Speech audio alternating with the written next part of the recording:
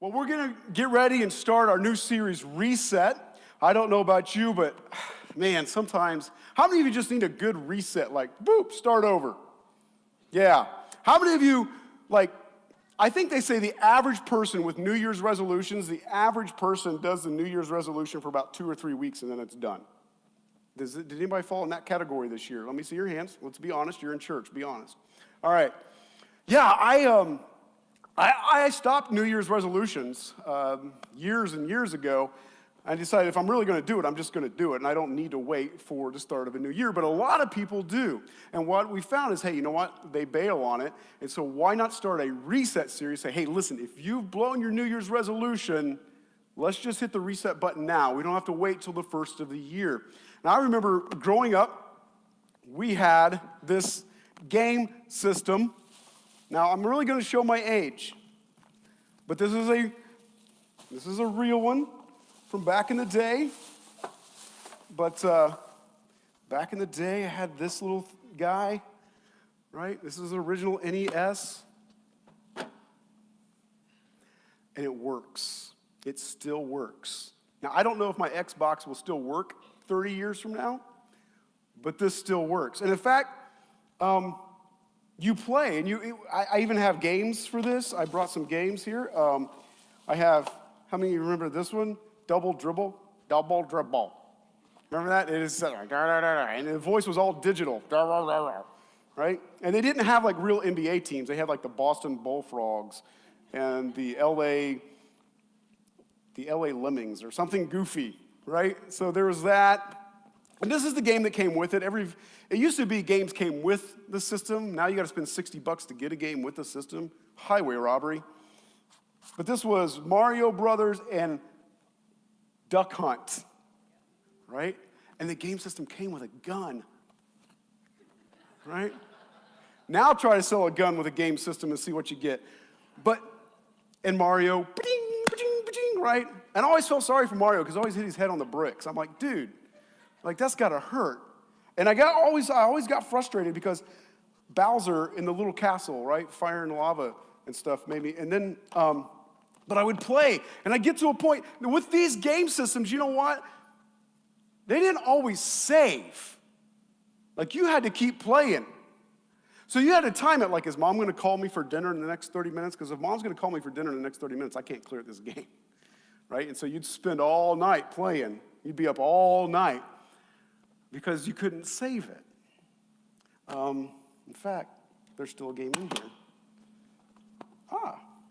Super Tecmo Bowl. Anybody want to throw down on some Tecmo Bowl later? You cannot have Bo Jackson, that's cheating. So you'd hit the reset button, reset, and you'd play. And you get to a point, and you can't get past it, and you get frustrated, right? And Bowser would fire his little lava balls. And you'd hit reset. I must have wore this. Was that a button sound? I must have wore this button out over and over and over. But you know what happened when I hit reset? I was smarter. The next time I went to play it, I knew I had to duck and dive and do this or do that. And the important part of resetting is not that you scratch everything that you've ever done and get rid of everything you've ever learned. It's that now I'm going back to do this again, but I'm a little bit smarter now. I have a little bit more experience. I have a little bit more intelligence about what I'm doing. So that when I hit the reset button, I have a better chance. Now, some of you aren't gamers in here, and that's okay, all right? I'm not going to talk about gaming this for the next 4 weeks. I'm not going to do that. But when I was putting this together, I thought, man, hit the reset button. How many of you can identify something in your life right now that you're ready to hit the reset button on? Because I want you to keep that focus. It's time to hit the reset button. If you don't know what that is, feel free to let your mind wander as I'm speaking, because you're going to do that anyway, so I might as well go ahead and give you something you can wonder about. And that is, what might I hit the reset button on? What might I go, reset, I got to do that, I got to start over again. I need to do this a little bit differently this time, all right? And so we all got to, at times, hit the reset button. And so I'm just going to set this right here. set this right here, right? If we're going to hit the reset button in life, or we're going to hit the reset button on an issue, there are three things that have to happen. The first one is this. You have to be open to change. You have to be open to do things differently, to do things maybe in a way that you haven't done them before, right? Maybe try to run the business a little different. Try to run the classroom a little different. Try to run the family, do things in your home a little bit differently than you've done them before. If you're going to hit the reset button, you have to be open to change. You see, the problem is not that we don't like change. It's that we want things to stay the same and get better. Let me say that again. The problem is not that we don't like change. It's that we want things to stay the same and get better. But if things are going to get better, they're going to have to change. See, we want everything just to stay the way it is and then get a little bit better. Well, that's called change. And if it's going to get a little bit better, that means we have to change. And so one, if you're going to hit the reset button, you have to be ready to change. Isaiah chapter 43, verse 19 in the Bible, it says, God says this. He says, I'm about to do something new. It is beginning to happen even now. Don't you see it coming? I'm going to make a way for you to go through the desert. I will make streams of water in dry and empty land. He says, I want to make a new way for you. I want you to do it differently, and I want you to change things up. He goes, I'm going to make streams in the desert for you if you're willing to make a change, if you're willing to do things differently. He says, don't you, I love how he starts the verse. He says, can't you see it coming? Can you see it? Can you anticipate it? Are you excited about it? Are you wanting something to be different than it was before? And a lot of times when we're ready to make a change, we're kind of like, okay, I'm ready to make a change, whatever, I'm just going to do it. But God says, no, it's time to make a change. It's time to be excited. It's time to hit that reset button and go. Number two, if you're going to hit the reset button, you're going to have to be available. Nothing was worse than when you're gaming, hit the reset button, and then 2 minutes into it, mom goes, dinner's ready.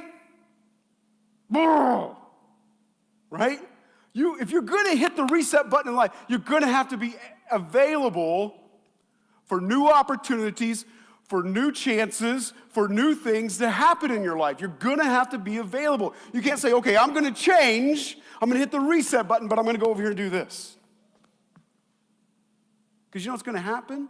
The game's just going to keep looping over here, and it's going to be stuck. It's going to be the same thing over and over and over and over again. Right? I love the story of David and Goliath. And most of us, if you watch sports or anything, you're probably familiar with David beats Goliath. You may not even know, but that's in the Bible. That comes from the Bible.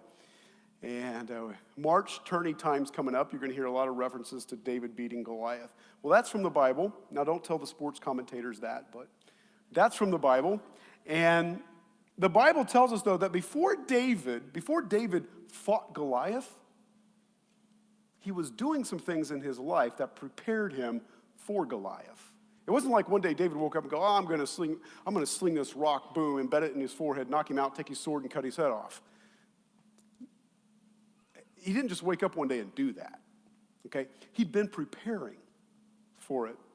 And let's just take one verse. It won't be on the screen, so just listen carefully. In 1 Samuel chapter 17, verse 17. Now Jesse said to his son David, take this ephah of roasted grain and these 10 loaves of bread to your brothers and hurry to their camp. So Israel's at war with the Philistines, and his dad, Jesse, says, hey, David, here's this ephah, here's some bread. Take it to your brothers who are on the front lines in the army so that they can have some food before the war starts. So David goes, okay. Now David, prior to this, had been keeping sheep. He was a shepherd. He was the youngest of 12. He was keeping the sheep. He's out there because in Bible days, shepherds had very little value. They weren't even allowed to be witnesses in court because nobody trusted them.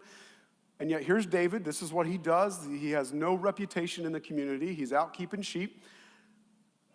But something that David says to King Saul, when they're trying to figure out who's going to kill Goliath, he says, King Saul, while tending my father's sheep, I have killed bears. I have killed lions. I have taken out wolves. This giant is nothing. I will drop him like I dropped the bear, like I dropped the lion, and like I've taken out wolves. Goliath is no match. You see, David was preparing for this moment. Prior proper planning prevents poor performance. The 6 P's. Man, that was ingrained in us at Hamilton Southeastern. Prior proper planning prevents poor performance. There's actually 7, but I won't say it because it's Sunday morning and I'm a preacher and I won't use that word. But prior proper planning prevents poor performance. David was preparing for Goliath, but he didn't even know it. He was making himself available because he knew what he was capable of. His availability revealed to others his capability and God's incomparability. I'll say that again. David's availability revealed to others his capability and God's incomparability. You see, David said, okay, Dad, I'm available. I'll take this bread out there. And when Saul called on him and others called on him and he said, hey, I can take this giant out. Okay, go do it. Right? He showed his capability and he also displayed God's incomparability. And here's what I want to tell you about your life. That if you're willing to hit the reset button, and if you make yourself available, others around you will begin to see your capability to make a change, and they will also witness God's incomparability to move in your life when you're willing to make a change. Think about that. My availability will show my capability, and through it all, God will show how incomparable He is to somebody who's willing to be used by Him. You see, every one of us in here will face a giant. It's not if you face a giant, it's when you face the giant. You will face the giant, whether it's on the job, in your marriage, with your kids, wherever it's at, you will face the giant. And if God places a Goliath in your life, it's because He knows that there is a David inside of you dying to get out. And so if you're facing a giant, you need to look down deep inside because there is a David down there ready to sling a stone. And you need to say, God, I'm here and I'm available and I'm capable, or you wouldn't have put Goliath in my life. Let's go do this. And you need to march out onto that battlefield and get your stone and be available. I got like 3 amens. Really? Seriously. If God places a Goliath in your life, it's because you have a David inside of you. You need to find it. You need to march out on that battlefield and do it. The third thing I know is this, that if you're going to hit that reset button, you better be ready. You better be ready when you hit that reset button. You know why? Because it's game on. And so everything that you've learned up to that point, every bit of knowledge you've gained up to that point, everything that you have learned about God and His love for you and His work in your life and your ability now to hear God and to know His voice so you know which steps to take, all of that experience now comes into play to be ready. I love Proverbs chapter 20, verse 4. Listen to the wisdom of King Solomon. You ready? Such wise words. If you are too lazy to plow, don't expect to harvest. That's just some good comments. If you're too lazy to plow, don't expect to harvest. This is what King Solomon says. Because you're sitting there expecting a harvest and you won't even go out and plow. David killed Goliath because he had killed the bears, he had killed the lions and taken on wolves. And he says, you know what? I can take the giant.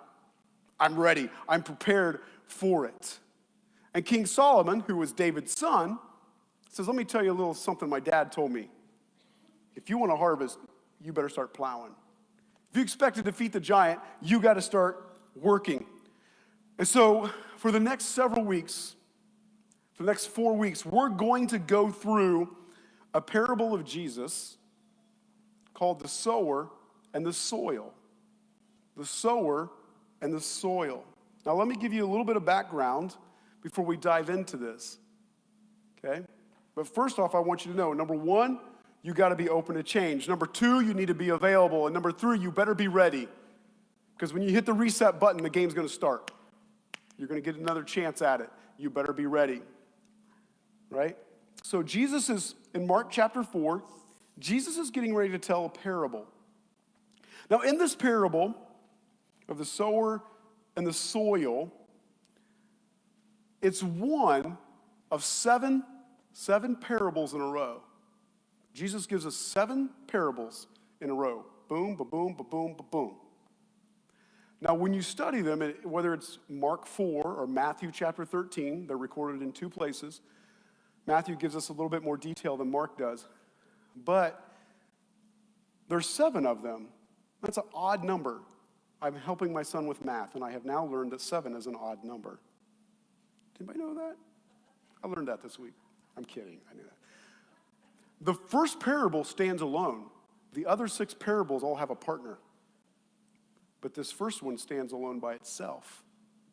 So we're going to read it, and we're going to talk about why does this parable stand alone, and the other 6 are 3 groups of 2.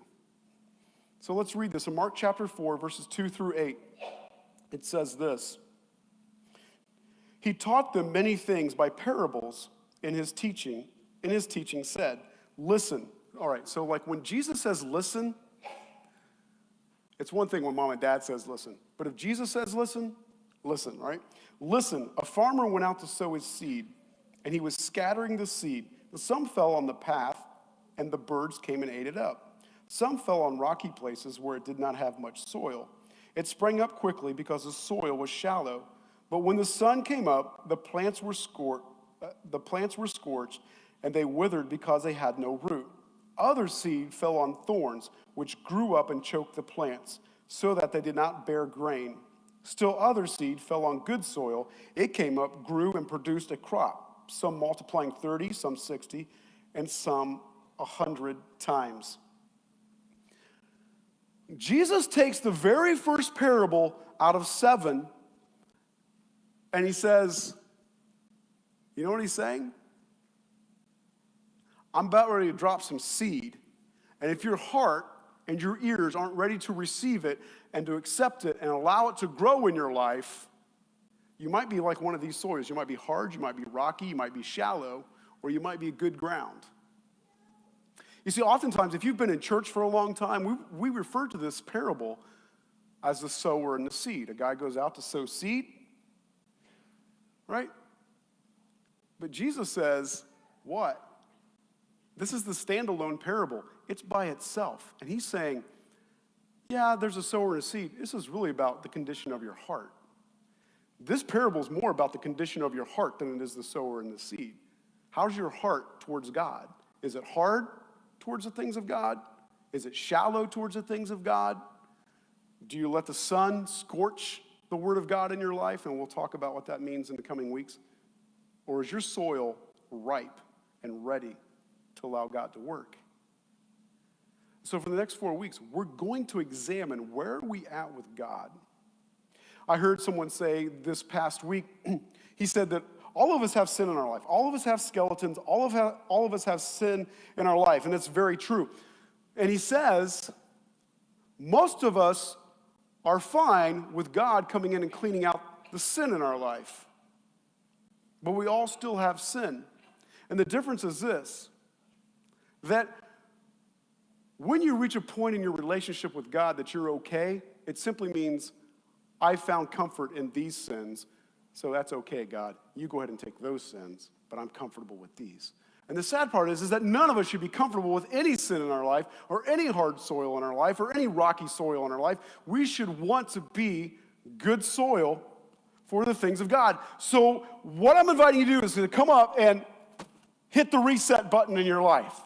To hit that thing and say, God, I need to reset. The soil in my heart has gotten rocky. The soil in my heart has gotten shallow, and I need to reset.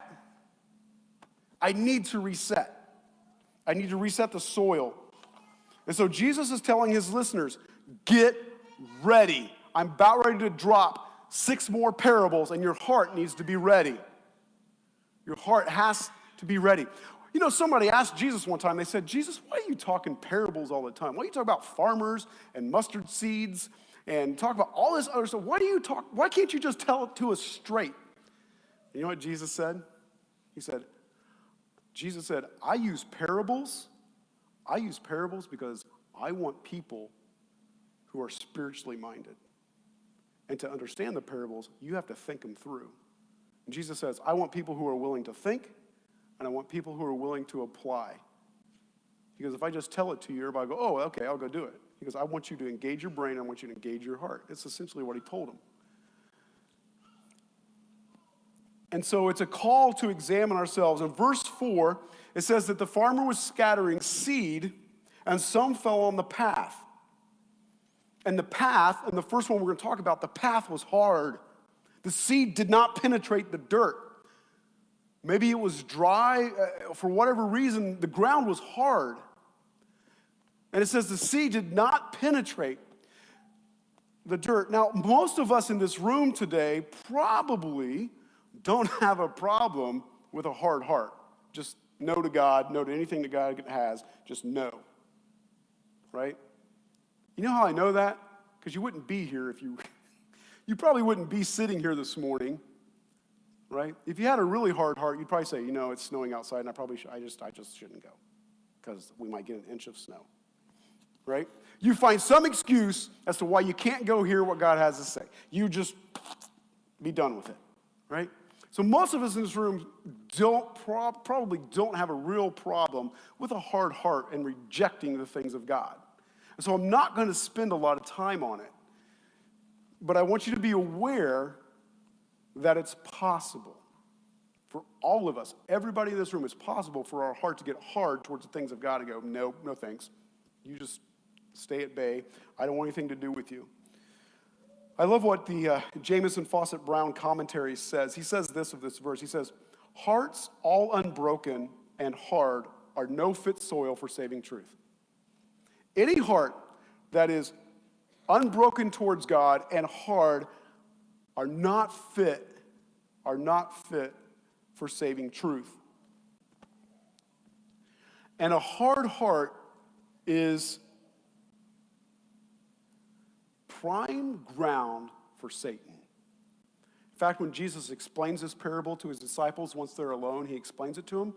He says the birds that flew onto the hard ground and ate the seed that were laying on the ground, he said the birds are like Satan and his demonic forces that come and take the word of God from you because it never got root. They come and they steal it, right? So how do demonic forces work according to Scripture? They put thoughts in our head. They tell us, are you sure? They question us. They create doubt. They create fear. They create worry. They create all sorts of just crazy thoughts. Kill yourself. You never amount to anything. You're not worth it, etc. Right? We find it in the Bible over and over and over again. And so Jesus says, people that are hard-hearted towards the things of God, the enemy comes and he just takes the word away because it's just laying on top of the ground. They don't even care. They don't want to hear it. So the enemy just has a field day, picking stuff out of their life, tearing their marriages up, tearing all sorts of stuff up because they refuse to hear the voice of a God who loves them. So most of us here are not hard-hearted. I'm taking a guess. But what we have to be careful of probably are the rest of the soils. Rocky soil, shallow soil, right? So what we're going to talk about in the next few weeks are the different types of soil that you and I are probably most prone to, that we're most likely to see creep up in our life. Now, what do we have to do? If we're going to hit this button, what do we got to do? What's the prescription for examining our hearts and the surrounding conditions around us and God? Those three things. Our hearts, the condition and the culture around us, whether it be our house, our jobs, the media, whatever, the culture around us, and God. Those three things. How do we take into account and make sure that our heart is right so that we can do what Jesus said, and that is be Jesus in a lost and dying world? How can we make sure that we're in alignment with Jesus and what he wants us to do so that we can go out and love people, care for people, right? Show our appreciation for people, and be the light of the world. How do we do that? One of the key things the Bible says, and I'm going to wrap up with this thought, is this idea of fasting. the fast, F-A-S-T. Now, in the Bible, it's a little different than, I can run fast or that car's fast. Fasting in the Bible simply means to go without. And so what I'm going to do is I'm going to talk a little bit about fasting, and then at the end of this service, I'm going to call us all of us, to 21 days of fasting and prayer and scripture reading to examine the soil of our heart. So this will be a corporate, church-wide fast.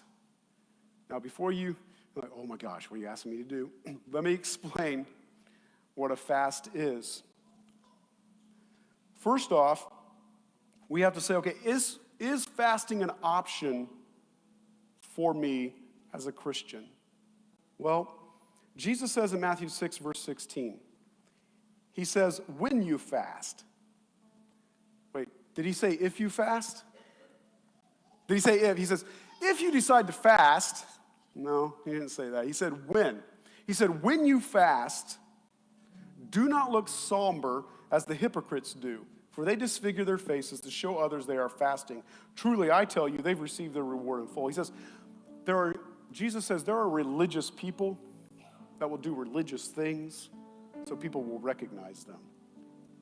And Jesus is telling his followers, when you fast for change, when you fast to get your heart in alignment with me, don't go around and go, oh, I'd really like to go to Chewy's with you after church, but I can't because I'm fasting, right? And then make yourself all pious and religious. He goes, just do it. Just do it, and don't try to be all religious about it. Don't go, look at me. I'm super spiritual. See my halo? Turn to your neighbor and say, you don't have a halo. Just do it right now. Let's just get this over with. You have no halo. Turn to your other neighbor and say, but you don't have horns. We're all somewhere in the middle. Like I said, we all have skeletons. It's okay, right? So is fasting an option? No. And Jesus said again to his followers in Matthew 9:15, he says, Jesus answered, and he's talking about himself. He says, how can the guest of a bridegroom mourn while he is with them? The time will come when the bridegroom will be taken from them, and then they will fast. So let me explain a little bit what he's talking about. The bridegroom in the biblical days, when you would get engaged, in Jesus' day, when you would get engaged, okay, they had 3 stages of dating. Dating, betrothed, engaged, married. Okay? So at the engagement step, the next step is the wedding. At the engagement step, here's what would happen. The man would leave. For 6 to 9 months, the man would completely disappear. And here's what the man would be doing. Saving, storing up money, building a house, buying property, building a house. So that when they got married, they would go into their own house. For 6 months, he's preparing a house and a home. Now, if he's smart, he's asking her on the design. Like, how big do you want your kitchen? And, what colors do you want? He's getting all these details down so he can go build it. I'm glad I do not live in Jesus' day, honey, because you'd be in a cardboard box. Be like, just crawl in there because I don't build, right? And the wife during those 6 or 9 months would be preparing herself, both physically, but also honing her skills. So she would be honing her skills, he would be building, and they would come together. And so Jesus says, how can the bridegroom, right? How can you fast and mourn if I'm still here? I have to leave. I have to go prepare a house. And so he says, when I leave, you will fast. So there are types of fast. And so I'm going to let you have an option. Is that good? I love a God that gives you options. There's what the Bible calls a full fast. And simply that's for a period of time. It's water only. No food, no nothing. Water only. Now let me say this. This is what Jesus did in the desert for 40 days. Okay? And other people in the Bible did this. Let me say this about a full fast. If you're diabetic, or if you have, some condition that you can't do a full fast, you need to prayerfully consider whether or not, talk to your doctor if that's even possible for you, okay? The next type of fast is a Daniel fast. Now, Daniel in the lion's den and Shadrach, Meshach, and Abednego, the Daniel fast means no meat, no sweets, and no bread. Man, some of you are out on that, right? I'm out on that. Only water, juice, fruits, and vegetables. It's a Daniel fast, okay? A partial fast. A partial fast is fasting for a period of the day. Like, I will not eat between 9 a.m. and 5 p.m. I will not eat. I'll skip my lunch at work, and I'll take that half hour, and I'll go out in my car, and I'll pray, and I'll read my Bible. I'll get away from people. And then there's non-food fast. So you could fast, like, let's say you love a half hour. There's a half-hour sitcom that you watch every week. So you know what? I'm gonna fast for TV every day for the next 21 days for a half hour. I'm fasting TV. I'm going to take that half hour and I'm going to pray, I'm going to journal, I'm going to read. I'm going to get my heart in alignment with God. Video game fast, social media fast, whatever it is that you choose to fast from, here's the key. You have to take that time and spend it with God. Right? So you don't say, oh, I've got an extra half hour at work, I'm not taking a lunch, I'll go get some more work done. You totally defeat the purpose. Okay? In fact, Paul says in 1 Corinthians chapter 7, verse 5, he says that some married couples have even chosen to abstain from physical intimacy for a period of time and spend that time with God. So what's the purpose of a fast? Well, we want God to examine, we want God to reveal and restore the soil of our hearts. God, I need to be right with you. I need to draw closer to you. I need to be next to you. So what do you do during that time? If it's a half-hour block, an hour block every day, what do? You pray. You pray for your motives. God, check my motives. Check my heart. God, increase my sensitivity to the Holy Spirit. Bible reading, journaling, worshiping, sitting in silence and just meditating on what God is doing in your life, what God's doing in your kids' lives or your spouse's life. Think through these things. Journal, write about them, and pray. Now, here's why I feel like God's calling us to a corporate fast. I believe for two reasons. One, he says, if my people who are called by my name will humble themselves, if my people, not the people who don't go to church and have a relationship with Jesus, not those people. He says, if my people will humble themselves and call on my name, then, and this is what God says he'll do, if you do that, God says, will come and I will heal your land. I will begin to repair your community. I will begin to fix what's wrong with your community. But you first have to humble yourself and get your heart checked and heart lined up. I don't know about you, but I believe that our community and the surrounding areas need a move of God like we have never seen before. It's true. And the only way it's going to happen is if we, who are God's children, say, enough is enough. And in the spiritual world, we're declaring, God, we need more of you, and things have to change, and they can't stay the same. So we, as a body of believers, have to say, enough is enough, and I'm coming and getting in alignment. We're hitting the spiritual reset button. I'm going to fast. And God, the whole purpose of a fast is to say, because fasting goes against our consumer culture.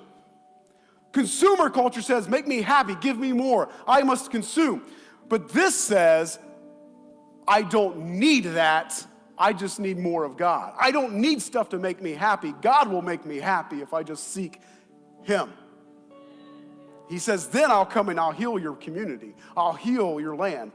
I'll begin to fix things. But you have to first come to me and humble yourself. So if I love this. I love this quote. Without a purpose and a plan, it's not Christian fasting. It's just going hungry. If you don't have a plan and a purpose for fasting, you're just going hungry. All right? So I want to call us to this corporate fast for two reasons. One, for our community, and two, for our church, that God would begin to grow this church, that we would see God do supernatural miracles in our church, that people would be healed, lives would be restored, marriages would be fixed, so that people would say, what are you guys doing at the river? What's going on over there? I want some of that, so that we can share the love of Jesus with them.